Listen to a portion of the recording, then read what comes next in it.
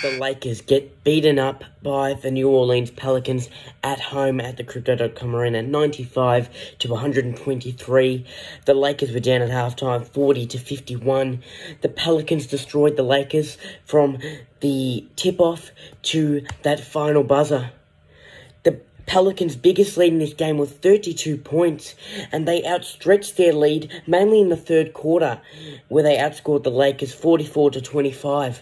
Quickly, the player performances: the Pelicans, CJ McCollum, 5 rebounds, 8 assists, 22 points. The impact that he's had from his trade from the Trailblazers to the Pelicans has been fantastic. CJ McCollum is one of those players who just, wherever he goes, whatever team he is in, I should say, he stands out. We certainly saw that tonight. He only had 7 points in the first half, 4 out of 7 from downtown, so a huge second half effort from him. Brandon Ingram, 5 rebounds, 8 assists, 19 points. Jonas Valanciunas, the big fella, 10 rebounds, 2 assists, and 19 points. For the Lakers, LeBron James, 6 rebounds, 3 assists, 32 points. He had 13 in the first half. Yes, he did get 30-plus points, but he had 7 turnovers. Dwight Howard played 22 minutes, 11 rebounds, 1 assist, 6 points. I was expecting a lot more from Dwight. I was expecting a lot more from the Lakers as a team. Carmelo Anthony, 5 rebounds, 1 assist, 13 points. Russell Westbrook, 6 rebounds, 1 assist, 16 points. Only the 1 assist, 5 out of 15 from the field. He didn't have his shot tonight, and for most of the season, he hasn't had his shot at all. 7 turnovers as well for Russell Westbrook. LeBron James and Russ are supposed to be those star players from the Big 360, and you have 7 turnovers each. The Lakers as a team tied their season high for turnovers with 23. They had 16 first-half turnovers. The lack of awareness, the lack of communication, the lack of accuracy on shots and passes. DeAndre Jordan threw a pass into the 5th row of the Crypto.com Arena.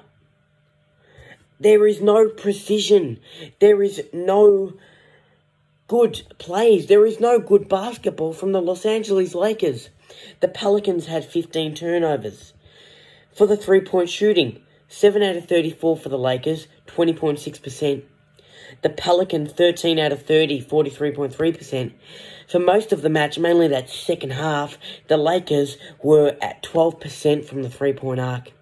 It just wasn't good enough at all. They had 3 three-pointers in the first half, and then they had 4 in the second half.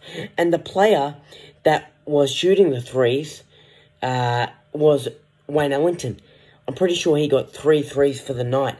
So I would like to see a player like that get more game time. He's got a lot of experience, and I know at times he does have fatigue, at times he is fragile, but if he cannot knock down the 3 ball, if he can play good defense, because he is a switched-on player, I'd give him a lot more game time.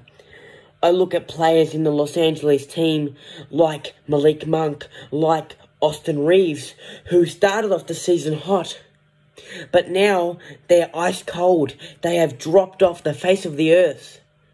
What is happening to the Los Angeles Lakers? There is no effort. There's too many threes. They are sloppy, lack of communication, and they don't work together as a team.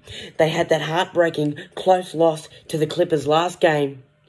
And then, for myself as a fan, and for probably many others, to have faith, to have belief in this team, thinking, gee, they're going to come out guns blazing. Gee, they're going to serve it up to the Pelicans. Well, we were dreaming, that's for sure. And unfortunately, this dream didn't come true whatsoever. Atrocious basketball from the Los Angeles Lakers. Frank Vogel, why is he still the head coach? Get him out. Promote Phil Handy to the head coach position to see out the season, and then see what you do next season.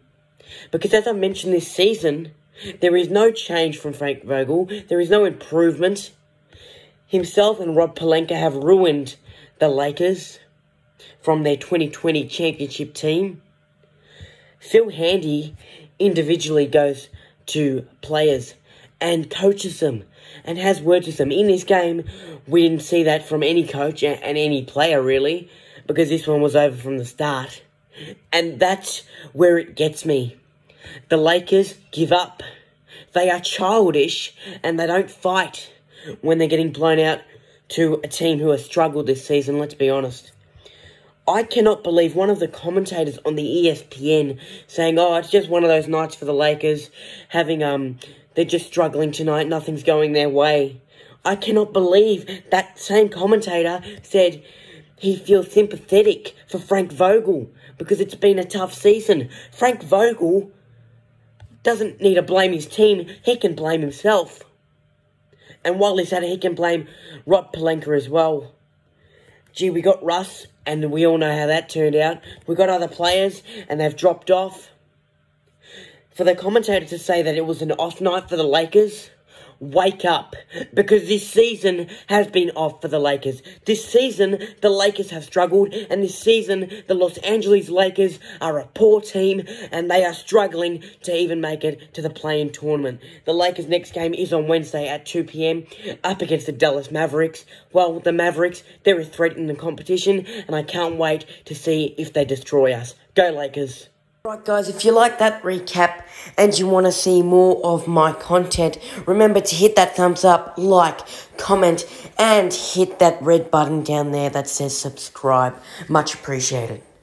For more content, follow me on my Facebook page and also my Instagram page.